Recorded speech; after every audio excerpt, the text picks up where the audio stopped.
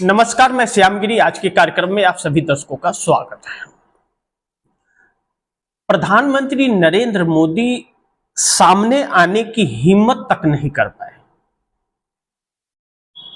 आखिरी वक्त में भाषण देने आए, जवाब देने नहीं। क्यों? पार्लियामेंट के अंदर एक इतने अहम मुद्दे पर पार्लियामेंट के अंदर चर्चा चल रही थी कि विपक्ष द्वारा पूछे जा रहे उन हर सवालों का जवाब ऑपरेशन सिंदूर से लेकर पहलगाम तक, और डोनाल्ड ट्रंप अमेरिकी राष्ट्रपति के ऊपर जो सवाल खड़े किए जा रहे हैं, और डोनाल्ड ट्रंप जो कह रहे हैं कि सीज फायर हमने कराया, देश के प्रधानमंत्री जवाब देंगे। लेकिन एक इतना कमजोर प्रधानमंत्री इस देश को मिला कि किसी ने सपने में सोचा नहीं होगा, और हर उन संवैधानिक संस्थाओं को भाषणबाजी का अड्डा बना दिया है नरेंद्र दामोदर दास मोदी ने।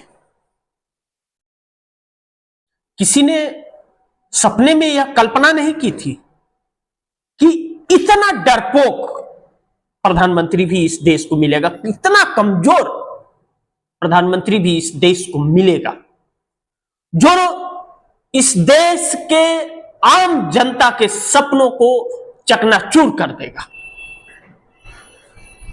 और अपना एक स्वार्थ, निजी स्वार्थ साधते हुए और सत्ता पर काबिज रहेगा। किसी ने यह बात सपने में सोची थी कि कोई ऐसा वक्त आएगा, ऐसा प्रधानमंत्री इस देश को मिलेगा? लेकिन बड़ी दुर्भाग्य है कि प्रधानमंत्री नरेंद्र मोदी आखिरी वक्त में आए, भाषण देने आए, जवाब देने नहीं आए। लेकिन संसद में इंडिया गठबंधन ने जो कुटाई की, जो कुटाई का मतलब यह कि जो सवाल किए और जिस आक्रामकता से इंडिया गठबंधन के घटक दलों ने सवाल खड़े किए, सवाल पूछे, मुख्य रूप से उसमें आप सदन के विपक्ष के उपनेता गौरव गोगोई को ले लीजिए, जिसने शुरू की चर्चा। प्रियंका गांधी को ले लीजिए, अखिलेश यादव को ले लीजिए, राहुल गांधी को ले लीजिए, या तृणमूल कांग्रेस के या एनसीपी शरद पवार की बेटी सुप्रिया सुले को ले लीजिए, या बाकी के इंडिया गठबंधन के घटक दलों के नेताओं को ले लीजिए। सवाल वही पूछे जो देश की जनता के मन में और अंदर सवाल उबाल मार रहे हैं, लेकिन जवाब नहीं था किसी के पास। लेकिन विपक्ष ने जो सवाल पूछे, जैसे अखिलेश यादव ने यह कहा कि 2014 में भारत का क्षेत्रफल क्या था और 2025 में क्या है, आप बताइए। जवाब नहीं है। जिस तरह अमित शाह ने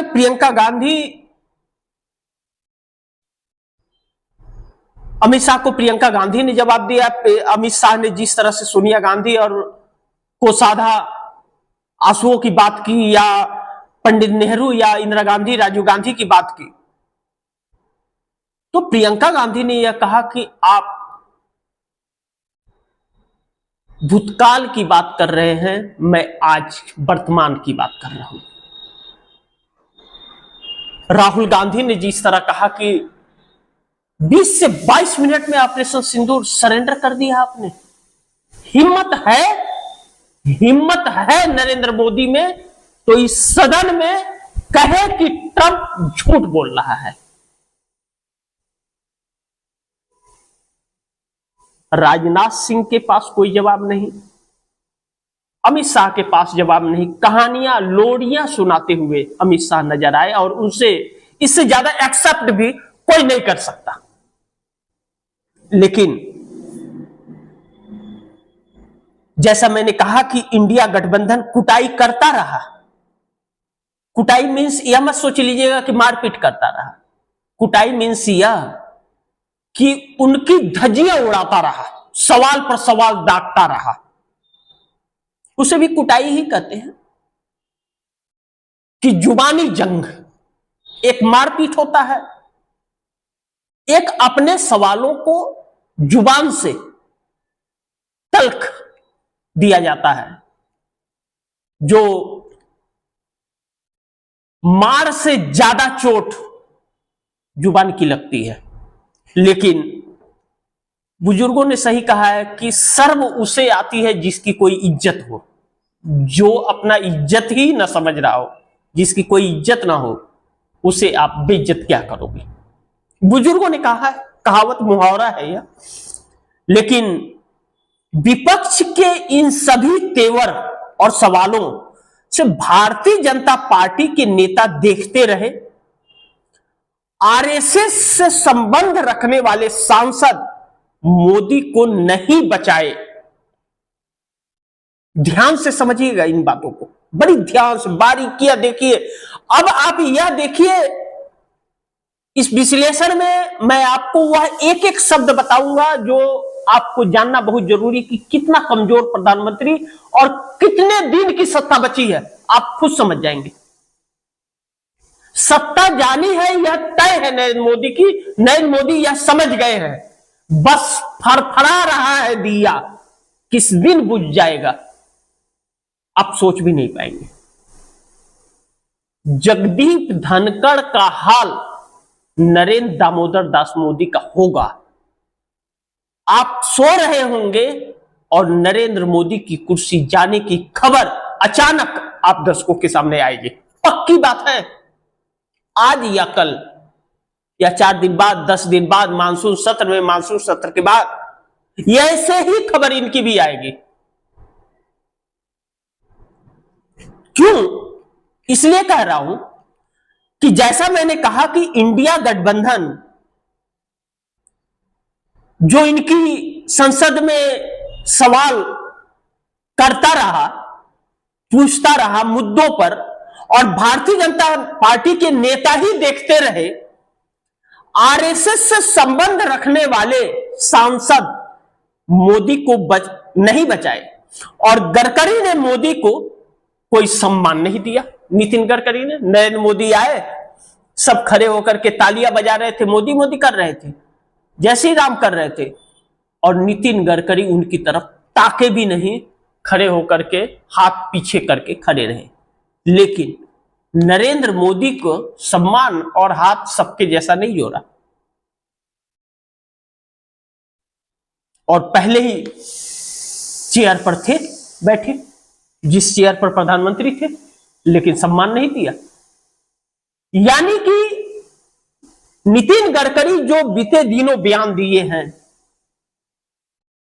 और जैसा कि मैंने आरएसएस का शब्द यूज किया कि आरएसएस के सांसद मोदी को नहीं बचाए, जितना भी हमला होता रहा सभी सांसद चुप्पी साधे रहे।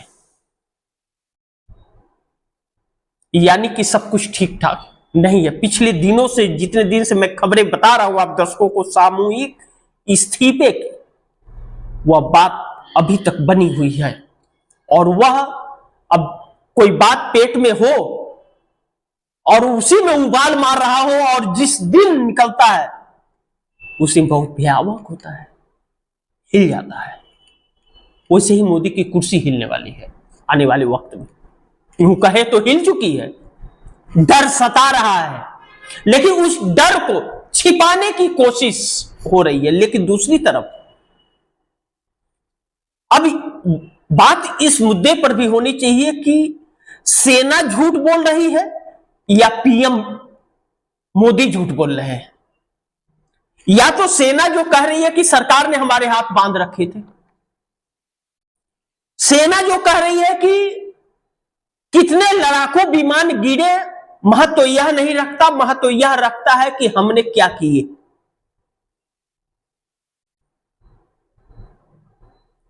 लड़ाकू विमान गिरे हैं, सेना का यह कहना कि पायलट सुरक्षित आ गए,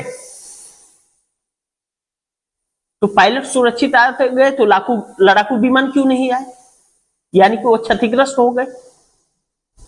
इस पर जवाब नहीं है देश की सरकार का, गृह मंत्री का। प्रियंका गांधी ने क्या कहा? प्रियंका गांधी ने कहा कितने राफेल गिरे, हत्यारे कहां हैं, वो हत्यारे कहां हैं। पूरे पहलगाम के बीच 4 सवाल गूंजते रहे, इसी के इर्द गिर्द गूंजते रहे। पहला, पहलगाम में सुरक्षा चूक क्यों हुआ, और दूसरा, ट्रंप के कहने पर सीज फायर क्यों हुआ, और नंबर 3, पहलगाम के आतंकी क्यों नहीं पकड़े गए, और नंबर 4, युद्ध में कितने राफेल गिरे। करोड़ों के राफेल हैं, अरब कह लीजिए, लेकिन यह सरकार उस पर जबान नहीं खोलेगी, क्योंकि मन में चोर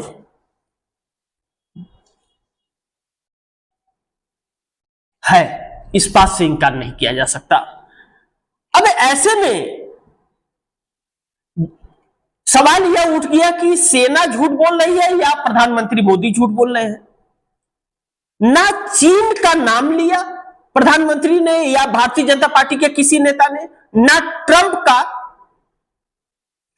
किस बात से इतना डरे हुए हैं मोदी, ध्यान से समझिएगा आप दर्शक। लेकिन अब यहां पर पूरे सदन के अंदर जो चर्चा ऑपरेशन सिंदूर पर हुआ, इस सदन के अंदर जिस तरह से धुलाई करता रहा, धोता रहा इंडिया गठबंधन, चंद्रबाबू नायडू के किसी भी सांसद ने कोई बीच बचाव नरेंद्र मोदी या भारतीय जनता पार्टी के नेताओं का नहीं किया। चाहे एसआईआर का मुद्दा हो, और चाहे ऑपरेशन सिंदूर का मुद्दा हो, चाहे पहलगाम का मुद्दा हो, चाहे ट्रंप का मुद्दा हो, नहीं किया। यानी कि भारतीय जनता पार्टी से चंद्रबाबू नायडू ने दूरी बना लिया। भारतीय जनता पार्टी से चंद्रबाबू नायडू ने दूरी बना लिया। अगर यूं कहे कि मोदी से दूरी बनाया नायडू ने, या नायडू ने दूरी बनाया मोदी से, तो इसमें कोई शक नहीं है। किसी भी सवाल पर बीच बचाव नहीं किया। दूसरी चीज, अब सवाल यह उठता है कि एसआईआर पर सुप्रीम कोर्ट से भी कोई राहत मिलता हुआ नजर नहीं आ रहा है, और एसआईआर का विरोध चंद्रबाबू नायडू कर रहे हैं, लिखित भी और बयानों से भी। तो क्या चंद्रबाबू नायडू सरकार गिरा देंगे? यह एक बहुत बड़ा मुद्दा उठ खड़ा हुआ है, जो आने वाले वक्त में नरेंद्र मोदी को बहुत भारी पड़ने वाला है। और दूसरी चीज, सुप्रीम कोर्ट से कोई उम्मीद नहीं है कि चुनाव आयोग के एसआईआर पर कोई संतोषजनक रिजल्ट आएगा, क्योंकि चुनाव आयोग कह रहा है जब भारी मात्रा में नाम कटेंगे तो आप आइएगा, हम देखेंगे, या ऐसे लोगों को लेकर के 15 आइए जो मर गए हैं और उनका नाम वोटर लिस्ट में है। अरे भाई, चुनाव आयोग को यह डाटा देना चाहिए कि ये नाम है, ये मर गए हैं, इनके नाम काटे जा रहे हैं, लेकिन चुनाव आयोग नहीं देगा। अब आप चींटी को कहेंगे कि जाओ जंगल में और हाथी कितने हैं गिन करके आओ, और जस्टिस सूर्यकांत की बेंच यह सुनवाई कर रही है, क्या होगा वक्त बताएगा। लेकिन इंडिया गठबंधन एक बड़े आंदोलन की तैयारी में अब जुटता हुआ नजर आ रहा है, जो एसआईआर सुप्रीम कोर्ट को भी, चुनाव आयोग को भी और मोदी सरकार को भी लेने के देने न पड़ जाए। ऐसे में दो प्रश्न बड़ी अहम हो जाते हैं। पहला कि मोदी सामने आने की हिम्मत क्यों नहीं कर पा रहे हैं, और दूसरा सेना झूठ बोल रही है या फिर हमारे देश का प्रधानमंत्री। यह एक बड़ी महत्वपूर्ण है। अगर हम इस बात पर गौर करें कि मोदी सामने आने की हिम्मत क्यों नहीं कर पा रहे, आखिरी वक्त में भाषण देने क्यों आए, क्या पार्लियामेंट भाषणबाजी का अड्डा है या इस देश का सर्वोच्च पंचायत? नरेंद्र मोदी को यह समझ कब आएगा? हकीकत यह है कि पार्लियामेंट को भारतीय जनता पार्टी ने मजाकिया अड्डा बना दिया है और इसके मंत्री मजाकों के सरदार हो गए हैं, जिसे इस देश से न तो कोई सरोकार है, ना आम जनता से कोई मतलब है, ना गरीबों की कोई दर्द है इनके अंदर, ना किसी के सम्मान की फिक्र है इनके अंदर। बस लूटने की और भाषणबाजी की सरकार है। इस बात से इनकार नहीं किया जा सकता। आप भी अपने अंदर झांक करके और सोच के देखिए, क्या यह सच नहीं है? जिस देश में 2 करोड़ युवाओं को रोजगार देने की बात हुई, उसके रोजगार की चर्चा होनी चाहिए, वहां इस देश के प्रधानमंत्री के भाषण की चर्चा होती है ना, या नहीं होती है? परिस्थितियां हाथ से निकल रही हैं।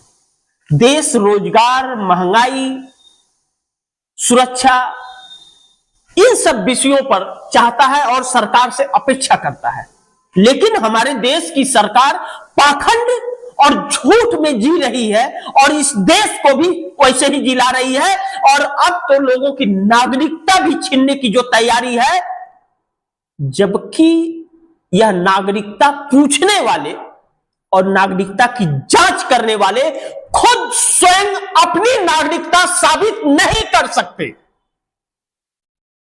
जिसकी डिग्री फर्जी, जिसकी बातें फर्जी, जिसके लक्ष्य झूठे हैं,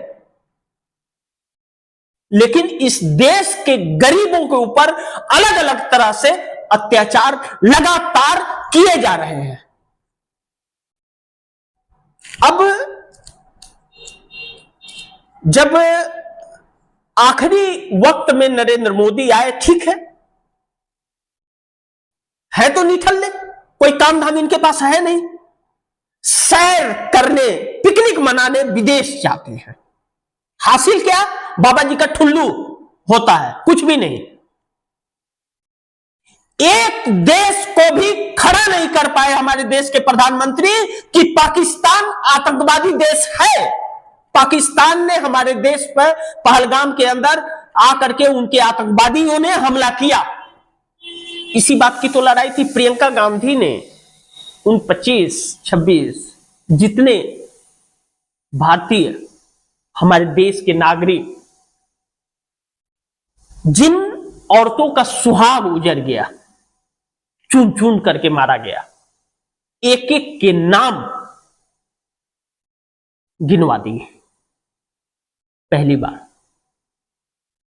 नहीं तो भारतीय जनता पार्टी तो नाम भी लेना नहीं चाहती, और वह नाम ऑन रिकॉर्ड आ गया पार्लियामेंट के अंदर।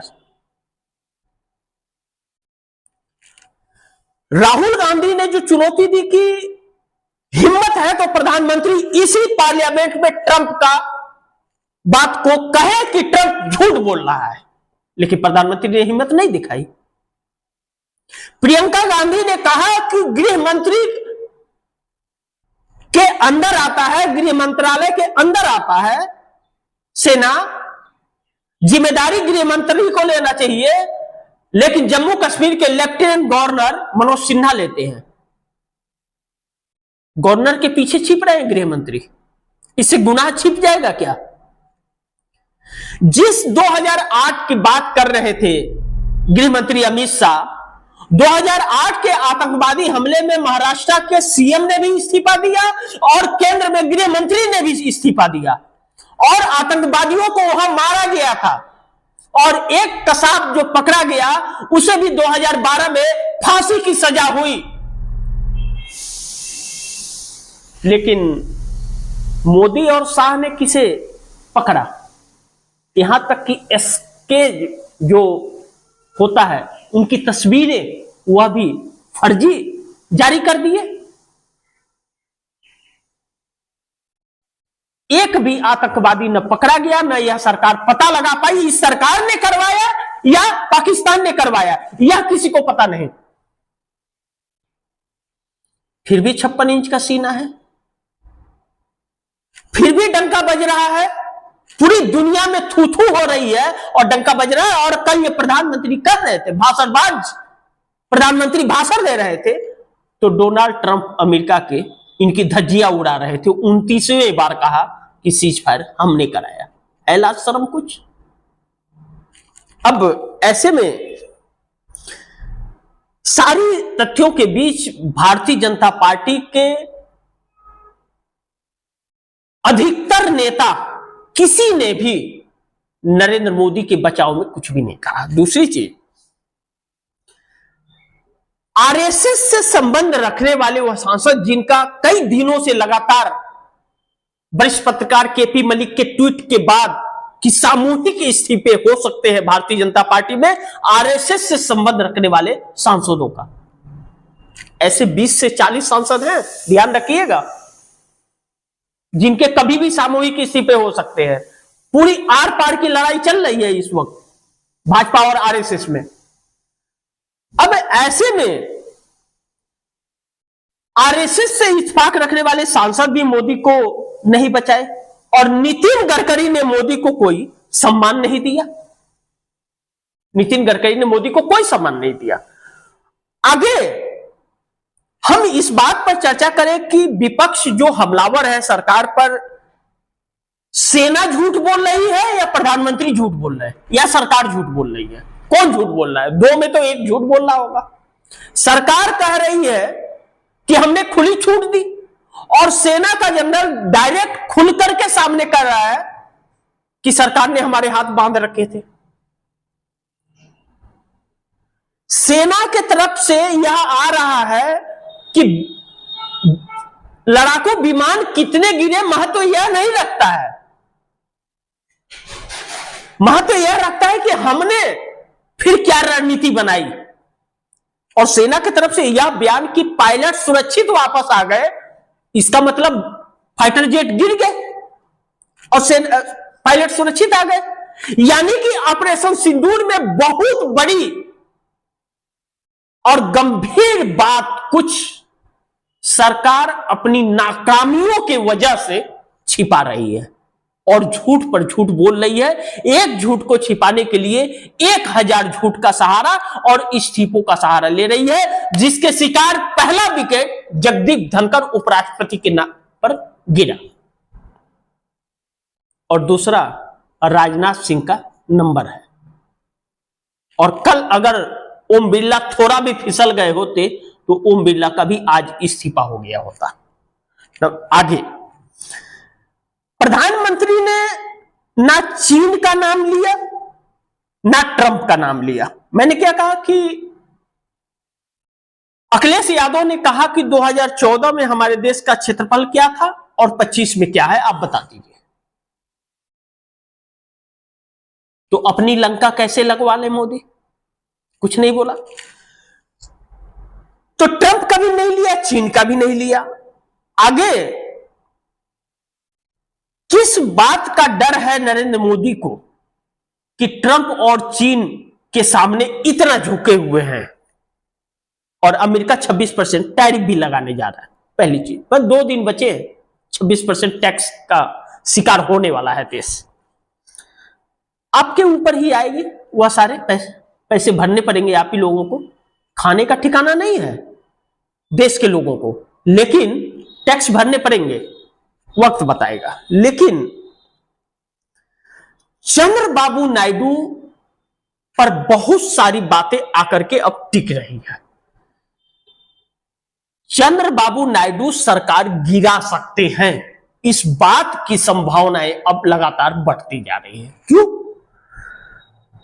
जिस तरह से आक्रामकता इंडिया गठबंधन ने पार्लियामेंट के अंदर ऑपरेशन सिंदूर के चर्चा पर दिखाई, चंद्रबाबू नायडू के किसी भी सांसद ने 16 में किसी भी सांसद ने मोदी का बचाव या भारतीय जनता पार्टी का बचाव नहीं किया, ठेंगा दिखा दिया। दूसरी, चंद्रबाबू नायडू ने का नजर सुप्रीम कोर्ट पर भी था कि सुप्रीम कोर्ट की सुनवाई में क्या हो रहा है। सुप्रीम कोर्ट से कोई उम्मीद अब नहीं की जा सकती, जिस तरह के तथ्य दिए। यह तो कहा कि एसआईआर पर हम रोक भी लगा देंगे अगर भारी मात्रा में कटा, लेकिन अगर बहिष्कार हुआ तो हम एसआईआर पर रोक भी लगा सकते हैं। 15 मरे हुए लोगों के जो जिंदा हैं और उनको मरा हुआ बता दिया गया, उनको ले आकर के कोर्ट में खड़ा किया जाए, तो 8 करोड़ में 15 लोगों को लाएंगे कोई, तो वह कहेंगे ये तो बहुत कम है, 18,000 लाइए। यानी कि कहीं ना कहीं सेटिंग, जिसकी संभावनाएं हमेशा बनी रहती है और एक सवालों के घेरे में न्यायपालिका आकर के खड़ी हो गई है, वह शक गहराता जा रहा है। जस्टिस सूर्यकांत की टिप्पणियां और फैसले और 12 तारीख तक टाल देना, यह गले से नहीं उतर रहा है। कहीं वह भी वर्मा तो नहीं बन रहे, मैं नहीं जानता, लेकिन इस देश का नागरिक होने की वजह से जस्टिस सूर्यकांत पर मुझे तो शक है और भरोसा नहीं हो रहा है, क्योंकि चुनाव आयोग और सरकार की धांधलियां खुली आंख से वह नजरअंदाज कर रहे हैं। संवैधानिक संस्था है चुनाव आयोग, लेकिन क्या वह संवैधानिक संस्था होने का फर्ज निभा रहा है? सिर्फ बिहार के 8 करोड़ लोगों के अधिकार ही नहीं छीन रहा है, वह इस देश के 144 करोड़ लोगों के ऊपर हमला कर रहा है। और इंडिया गठबंधन इसको लेकर के एक बड़े आंदोलन की तैयारी में है। जैसा कि बिहार के युवा नेता तेजस्वी यादव ने और आरजेडी के सीएम के प्रत्याशी मुख्यमंत्री के, उन्होंने कहा कि अगर ऐसे ही रहा तो हमें बहिष्कार करना पड़ेगा, वह ऑप्शन हमारे पास खुला हुआ है। लेकिन अब सुप्रीम कोर्ट की टिप्पणियों के बाद यह साफ है कि बहिष्कार नहीं, एक बड़े आंदोलन की जरूरत इस देश को पड़ गई है। चंद्रबाबू नायडू समर्थन वापस लेंगे नहीं लेंगे, नीतीश कुमार के लोग टूट के इंडिया गठबंधन में आएंगे नहीं आएंगे, आरएसएस से संबंध रखने वाले सांसद सामूहिक इस्तीफा देंगे नहीं देंगे, मोदी की सरकार गिरेगी नहीं गिरेगी, मोदी का इस्तीफा होगा नहीं होगा, महत्व यह नहीं रखता। महत्व यह रखता है कि इस देश के साथ इंसाफ होगा या नहीं होगा। इसी के साथ इजाजत चाहूंगा, अगली खबर के साथ फिर हाजिर होऊंगा। लेकिन आप दर्शकों से गुजारिश और निवेदन है कि इस खबर को ज्यादा से ज्यादा लोगों को शेयर कीजिए, अपने दोस्तों को भी कहिए आगे शेयर करें। आपने अगर चैनल को सब्सक्राइब नहीं किया, सब्सक्राइब कर लीजिए, अपने दोस्तों को भी कहिए चैनल को सब्सक्राइब करें। रिश्तेदारों से, घर में, परिवार में सब्सक्राइब कराइए और खबरों पर नजर बनाए रखिए, क्योंकि यह लड़ाई आपकी है, सरकार आपके साथ नहीं है। तो इसी के साथ दीजिए इजाजत, फिर होगी मुलाकात अगली खबर के साथ। तब तक के लिए नमस्कार।